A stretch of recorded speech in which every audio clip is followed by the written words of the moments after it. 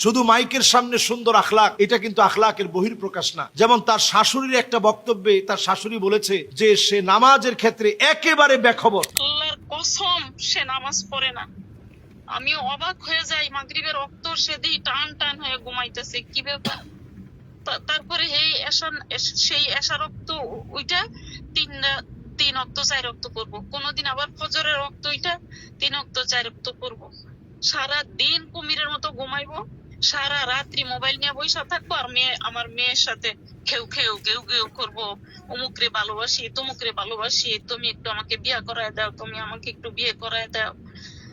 বুঝছেন, তার অনেক নারী লিপসু, তার চোখের হেফাজত নাই। সে অনেক, আমি বইলে শেষ করতে পারবো না। আমি অনেক অনেক অপেক্ষা করছিলাম যে দেখি আলেমদের সমাজে থাইকা যদি তার ইসলাহ হয়, কিন্তু সে অহংকারী, যে নিজের দোষ নিজে জানে যে এটা আমি দোষ করছি, এটা আমি অন্যায় করছি, কিংবা এটা আমার গুনাহ হয়েছে, সে তওবা করে ফিরে আসে। কিন্তু সে যা করে সে মনে করে এটাই ঠিক। যদি আজকে এই বিষয়ে আমি কথা না বলি, আপনি কথা না বলেন, অনেকে মনে করবেন যে একজন আলেম, তার ব্যাপারে কথা যদি বলি তাহলে আলেম সমাজের উপরে কথা আসবে। কামাল উদ্দিন জাফরি হাফিজাহুল্লাহ, উনি মাহফিলে ছিল, গভীর রাত করে মাহফিলে গিয়েছে। আমি নিজে মাহফিলে ছিলাম, 3 জায়গায় তার সাথে মাহফিল নিয়েছি, তাকে পাইনি। গভীর রাতে মাহফিলে গিয়েছে, কারণ পুরো টাকা না দিলে সে মাহফিলে যাবে না। কাপাসিয়াতে আমি সেখানে 5 বার মাহফিলে গিয়েছি। সে এলাকার মানুষ আমাকে বলেছে যে ইচ্ছে মতো এসে, সময় গময় নাই, এসে জুমার নামাজ পড়াতো। জাতি কার কাছ থেকে কথা নিবে? পুরো জাতির কাছে একটা প্রশ্ন হয়ে দাঁড়িয়েছে, আমরা যাদের কথা শুনে নিজেদের মধ্যে আমরা পরিবর্তন আনি, এমন ব্যক্তিবর্গের পদস্খলনে অনেক সময় আমরা জাতিগতভাবে প্রশ্নবিদ্ধ হই যে তাহলে আমরা শুনবো কার কাছ থেকে। আমরা দেখেছি যে আবু তহা আদনানকে নিয়ে যে বিষয়গুলো নিয়ে বারবার প্রশ্ন আসছে, এবং কথাটা বলা আমি দায়িত্ব বলে মনে করছি। জনাব আবু তহা আদনান বাংলাদেশের সুপরিচিত দিন প্রচারকদের মধ্যে তিনি একজন, যারা দিনের কথা বলেন তাদের মধ্যে একজন, দাঈ ইলাল্লাহ। যদিও তিনি মাদ্রাসায় পড়েছেন, মাদ্রাসায় পড়ুয়া, কোনো আলেম নন। আলেম বলতে যা বোঝানো হয় বাংলাদেশে, এই সিস্টেমেটিক পদ্ধতিতে তিনি গড়ে ওঠা কোনো আলেম না। জেনারেল থেকে আসা, হঠাৎ করে ঘুম হয়ে যাওয়া, এবং চমকপ্রদ আখিরুজ্জামান, শেষ জামানার গল্প, যা নবীজি সাল্লাল্লাহু আলাইহি সাল্লাম বলেছেন, যে কথাগুলো আমরাও আমাদের অসংখ্য আলোচনায় আখিরুজ্জামান নিয়ে কথা বলি, এই কথাগুলোকে তিনি অত্যন্ত সুন্দর উপস্থাপনায় জাতির সামনে পেশ করেছে। জাতি ওনার কথাগুলো গ্রহণ করে নিয়ে অনেক যুবকের পরিবর্তন হয়েছে। পারিবারিক কেমন একটা স্ট্র্যাটেজি এখন দেখা দিয়েছে। ওনার স্ত্রী ওনার স্টেটমেন্টে যে বিষয়গুলো তুলে ধরেছে ফেসবুক যোগাযোগ মাধ্যমে, আমি আজকে এই বিষয়টা নিয়ে প্রশ্নের মুখে এজন্য কথা বলতে চাই, কারণ ওনার স্ত্রী মাওলানা কোরবান আলী রহমতুল্লাহ আলাইহির একজন মেয়ে। মাওলানা কোরবান আলী বাংলাদেশের অত্যন্ত প্রথিতযশা একজন আলেম ছিলেন, যার 36টা প্রতিষ্ঠান রয়েছে, এবং আমি কাপাসিয়াতে ওনাদের বাড়ির মাহফিলে 5 বার আমি গিয়েছি। আমি দেখেছি তার প্রত্যেকটা ভাই, জনাব আবু তহা আদনান সাহেবের স্ত্রীর প্রত্যেকটা ভাই অনেক ভালো ভালো আলেম, মাদ্রাসার খিদমতে আছেন, মসজিদের খতিব হিসাবে আছেন, সবাই ইলমের সাথে লেগে আছে। এমন একটা পরিবার থেকে বিলং করা একটা মেয়ে, যার আগে একটা ডিভোর্স ছিল, সংসার বিচ্ছেদ হওয়ার পরে তার সঙ্গে বিবাহ হয়, এরকম একটা মেয়েকে যদি আপনি আশ্রয় দেন, নবীজির হাদিস অনুযায়ী আস-সাঈ আলাল আরমালাতি ওয়াল মিসকিন কাল মুজাহিদি ফি সাবিলিল্লাহ, এটি আল্লাহর রাস্তায় জিহাদ করার সমান সওয়াব, যে আপনি এমন একজন অসহায়কে জায়গা দিবেন যে বিধবা, যার আগে বিবাহ ছিল। তো এটা জেনে বুঝে আপনি একটা আলেম ফ্যামিলিতে বিয়ে করলেন। বিয়ে পরবর্তী সময়ে এক পাক্ষিক কথা শুনে বিচার বিশ্লেষণ অনেক সময় করা যায় না, সঠিক সিদ্ধান্ত দেওয়া যায় না। তারপরেও যেহেতু এই পরিবারটাকে আমি কাছ থেকে চিনি, তাদের সম্পর্কে কাছ থেকে আমি জানি, আবু তহা আদনানকে আমি যতটুকু দেখেছি মাহফিল অঙ্গনে অনেক সময় সে অনেক দেরি করে মাহফিলে পৌঁছায়, এবং আমি নিজে এটা সাক্ষী যে রাত 11টার সময় সে মাহফিলে গিয়েছে, 11টা 29 মিনিটে মাহফিলে গিয়েছে, যেখানে আমি নিজে বক্তা ছিলাম। এতে করে মাহফিল কর্তৃপক্ষের সাথে তার মন কালাকালি এবং কটুবাক্য লেনদেন, উচ্চবাচ্য হওয়া, এগুলো সব হয়েছে। আমরা এই অঙ্গনে আজকে 11টা বছর ধরে কথা বলি, কিন্তু আলহামদুলিল্লাহ কথা বলতে গিয়ে আমরা দেখেছি, আমরা তাদের কাছ থেকে কথা নিব, ফানজুরু আম্মান তাখুযুনা দীনাকুম। আমি যুবকদেরকে লক্ষ্য করে বলি, তাদের কাছ থেকে কথা নিবেন, চুলের গোড়া থেকে শুরু করে পায়ের তালু পর্যন্ত পরিবর্তন আছে, তাদের কাছ থেকে কথা নিবেন। আমরা অনেক সময় যেটা করি, বাহ্যিক মানুষের পরিবর্তন দেখে অনেক সময় তার কথাগুলোকে আমরা অমূল্য মনে করি। হতে পারে তার কথায় মানুষ হেদায়েত হবে, কিন্তু পারিবারিকভাবে একটা মানুষ যদি আখলাকি না হয়, যদি পারিবারিকভাবে খয়রুকুম লিআহলি, পরিবারের কাছে যদি আপনি সেরা হতে না পারেন, তার স্ত্রী যে স্টেটমেন্ট দিয়েছে সেখানে বারবার বলেছে যে তাকে আঘাত করা হয়েছে, প্রতিদিন আঘাত করত, মারত, খারাপ ব্যবহার করত। তার স্ত্রীর ক্ষেত্রে আমি এতটুকুন বলবো যে তিনি এসে যেভাবে লাইভে কথা বলেছেন, প্রথমে যেভাবে লাইভে এসে বলেছেন, হয় তাকে আমার কাছে ফিরায় দেন, না হলে আমাকে তার কাছে নিয়ে যান। এই বিষয়টি বাংলাদেশের জন্য একটা আশ্চর্যজনক বিষয় ছিল। এমন কথা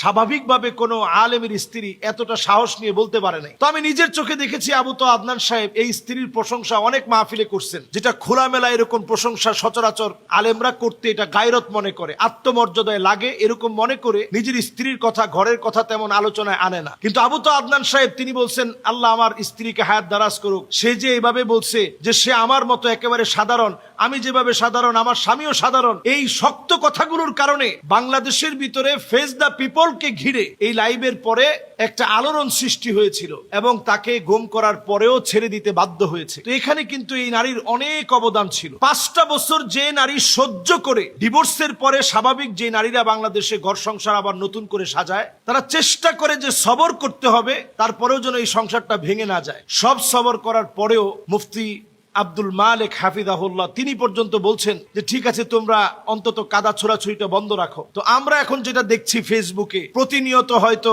কখনো নারীকে গালিগালাজ করা হচ্ছে, কখনো আবু তোহা আদনানের বিভিন্ন বিষয় নিয়ে কথা বলা হচ্ছে। পরিষ্কার এক্ষেত্রে একটা কথা বলবো, জেনারেল শিক্ষিত কোনো ব্যক্তির কোনো কর্মকাণ্ডের কারণে পুরো আলেম সমাজকে আপনারা প্রশ্নবিদ্ধ করবেন না, অথবা একজন আবু তোহা আদনানের জন্য পুরো আলেম সমাজকে আপনারা প্রশ্নবিদ্ধ করবেন না। একটা ব্যক্তির ত্রুটি থাকতে পারে, দোষ থাকতে পারে। আমি বলবো যে খুবই গুরুত্বপূর্ণভাবে ইনভেস্টিগেশন হচ্ছে, কারণ এটা আলেমদের বিষয়, এটা অল্প হলেও খুঁচিয়ে খুঁচিয়ে বের করা হবে। ইনভেস্টিগেশন হচ্ছে, ইনভেস্টিগেশনে অনেক কিছু হয়তো আপনাদের চোখের সামনে চলে আসবে যেটা আপনারা বিশ্বাস করতে পারবেন না। যেমন তার শাশুড়ির একটা বক্তব্যে তার শাশুড়ি বলেছে যে সে নামাজের ক্ষেত্রে একেবারে বেখবর। এখন আল্লাহু আলাম, আল্লাহ ভালো জানেন যে কথা সত্যতা কতটুকু। তার স্ত্রী বলেছে যেটুকুন উনি লাইভে বলেছে এটা 100 ভাগের ভিতরে 10 ভাগ, আরো 90 ভাগ প্রকাশ করে নাই কি পরিমাণ নির্যাতন করা হয়েছে। তো এটা তো একটা আলেমের চরিত্র হতে পারে না। এবং স্ত্রীর ক্ষেত্রে আমি যেটা বলবো যে তার যে একটা আগের সংসার ছিল, সেই সংসারে তার যে একটা হক, সেখানে একটা ইনসাফ প্রতিষ্ঠা করা, আদালত প্রতিষ্ঠা করা, এটার ক্ষেত্রে যে ব্যত্যয় ঘটানো হয়েছে, তার চোখের পানি কিন্তু এই সংসারটা নষ্ট হওয়ার জন্য অন্যতম দায়ী। এরপরে এই বোনের পক্ষে যদি আপনি না বলেন, যাকে প্রতিনিয়ত মারা হয়েছে, যা রাসূলুল্লাহ সাল্লাল্লাহু আলাইহি সাল্লামের সিরাতের সম্পূর্ণ পরিপন্থী, আখলাকের সম্পূর্ণ পরিপন্থী, আখলাকের সম্পূর্ণ বিরোধী, এই বিষয়ে তো আমাদের সমাজকে সচেতন করা দরকার। যদি আজকে এই বিষয়ে আমি কথা না বলি, আপনি কথা না বলেন, অনেকে মনে করবেন যে একজন আলেম তার ব্যাপারে কথা যদি বলি তাহলে আলেম সমাজের উপরে কথা আসবে। নতুন একটা ট্রেন্ডিং শুরু হয়েছে, একাধিক বিবাহ, একাধিক বিবাহ। আপনি একটু তাকায় দেখেন, যারা এই একাধিক বিবাহের প্রবর্তক হিসাবে বাংলাদেশে নতুন করে নিজেদেরকে অ্যাপ্রিশিয়েট করছে, নিজেদেরকে বাংলাদেশে প্রমোট করছে এবং প্রবর্তক বলে তারা মনে করছে, তাদের পারিবারিক অবস্থাটা এমন, তাদের অনেকেরই ঘরে কোনো সুখ নাই। আজকের এই কথাটা আমি এই জন্য এখানে বলছি, কারণ অসংখ্য মিডিয়ায় এখন শুধু এই প্রশ্ন আসছে যে এই ব্যাপারে আলেমরা কথা বলছে না কেন, আলেমদের এই ক্ষেত্রে করণীয় কি, আলেমদের চারিত্রিক এরকম সমস্যা যদি জাতির সামনে উঠে আসে, জাতি কার কাছ থেকে কথা নিবে? এজন্য পরিষ্কার কথা, ফানজুরু আম্মান তাখুযুনা দীনাকুম। আগে আপনি লক্ষ্য করবেন ওই লোকটার দিকে চুলের গোড়া থেকে পায়ের তালু পর্যন্ত সুন্নতের অনুকরণ আছে কিনা। শুধু মাইকের সামনে সুন্দর আখলাক, এটা কিন্তু আখলাকের বহির্প্রকাশ না। নবীজি সাল্লাল্লাহু আলাইহি সাল্লাম বিখ্যাত সেই হাদিসের দিকে যদি আমরা রাসূলের তাকাই, আসাফারতা মাআহু, তুমি কি তার সাথে সফর করেছো? আতাআমালতা মাআহু, তুমি কি তার সাথে লেনদেন করেছো? যদি সফর আর লেনদেন না করেন, আপনি কেমনে বুঝবেন লোকটা ভালো মানুষ? আমি যতটুকুন দেখেছি, একেবারে কাছ থেকে যেহেতু ময়দানে কাজ করা হয়েছে, যতটুকুন আমি দেখেছি, প্রায় সময় কামাল উদ্দিন জাফরি হাফিজাহুল্লাহ উনি মাহফিলে ছিল, গভীর রাত করে মাহফিলে গিয়েছে। আমি নিজে মাহফিলে ছিলাম, 3 জায়গায় তার সাথে মাহফিল নিয়েছি, তাকে পাইনি। গভীর রাতে মাহফিলে গিয়েছে, কারণ পুরো টাকা না দিলে সে মাহফিলে যাবে না। অসংখ্য মাহফিলে এই জাতীয় ঘটনা ঘটেছে। এগুলো আলেমদের জন্য অত্যন্ত অসুন্দর, আলেমদের জন্য অসম্মানজনক এবং এগুলো দৃষ্টিকটুর। মানুষের কাছে এগুলো প্রকাশিত হলে অসম্মানজনক হবে। আজকের এই আলোচনা থেকে আমি সজাগ করতে চাই, আমরা গালিগালাজ করার ক্ষেত্রে সতর্ক হই, কথা শোনার ক্ষেত্রেও সতর্ক হই। কার কাছ থেকে কথা শুনছি? আমি এক মাহফিলে নিজের চোখে দেখেছি 11:29 যাওয়ার পর মারামারির অবস্থা। তো এই যে জাতীয় ঘটনাগুলো ঘটেছে এতদিন ধরে, এমন কথাও শুনেছি, আল্লাহু আ'লাম, আল্লাহ ভালো জানেন, যেরকম মানুষের সামনে প্রকাশ করছে এই বিষয়গুলো যখন প্রকাশিত হবে, জুমার নামাজ যেখানে পড়াতেন ওই এলাকার মানুষ কাপাসিয়াতে, আমি সেখানে 5 বার মাহফিলে গিয়েছি, সে এলাকার মানুষ আমাকে বলেছে যে ইচ্ছে মতো এসে, সময় গময় নাই, এসে জুমার নামাজ পড়াতো। তো এই বিষয়গুলো কিন্তু সজাগ থাকতে হবে। একজন দায়ী সব বিষয়ে আপনাকে সজাগ দৃষ্টি রাখতে হবে। এবং এমন বিষয়গুলো যখন আমরা শুনি আমরা ব্যথিত হই। একটা বোনের আর্তনাদ আমাদেরকে অনেক সময় ব্যথিত করে, একজন মায়ের আর্তনাদ আমাদেরকে ব্যথিত করে, একজন ভাইয়ের আর্তনাদ আমাদেরকে ব্যথিত করে। কাজেই এই বিষয়গুলো একেবারে ছোটখাটো বিষয় না। ভুলে ভরা মানুষের জীবনে অনেক ভুল আছে। হুন্না লিবাসুল লাকুম ওয়া আনতুম লিবাসুল লাহুন্না, তারা আমাদের কাছে আমাদের পোশাকের মতো। এই পোশাক যেন ময়লা না হয়, এটা আগে থেকে আপনার সজাগ থাকা দরকার ছিল। আরেকটি বিষয় বলতে চাই, আমরা যারা ফেসবুক চালাই, আপনি যদি সৎ, একনিষ্ঠ, মুখলেস হন, আপনি আপনার ফেসবুকের অ্যাক্সেস আপনি আপনার স্ত্রীকে দিয়ে দিবেন। তার তো নতুন করে ফেসবুকের দরকার নেই। ফেসবুকে এত ফলোয়ারের দরকার তো আপনার স্ত্রীর নেই। আমাদের বাসায় যারা আছে, আমার ফেসবুক সবাই চালায়। আমার ট্যাব, আমার আইপ্যাড, আমার মোবাইল, সব জায়গায় একটা ফেসবুক লগ ইন করা। সবাই এটাতে যে কোনো মুহূর্তে অ্যাক্সেস করতে পারে, প্রবেশ করতে পারে, দেখতে পারে। এতে করে আমি নিজেও সন্দেহমুক্ত থাকলাম, বাসার সবাইও সন্দেহমুক্ত, একটু শান্তিতে থাকলো। এজন্য অন্তত আর আমরা এই বিষয় নিয়ে কাদা ছোড়াছুড়ি চাই না। যা হয়েছে সুন্দর একটা সমাধান হোক, এবং এই ক্ষেত্রের দায়ভার যেন আলেমদের কাঁধে না আসে। আল্লাহ যেন আমাদেরকে বোঝার তৌফিক দান করেন। আসসালামু আলাইকুম ওয়া রাহমাতুল্লাহি ওয়া বারাকাতুহু।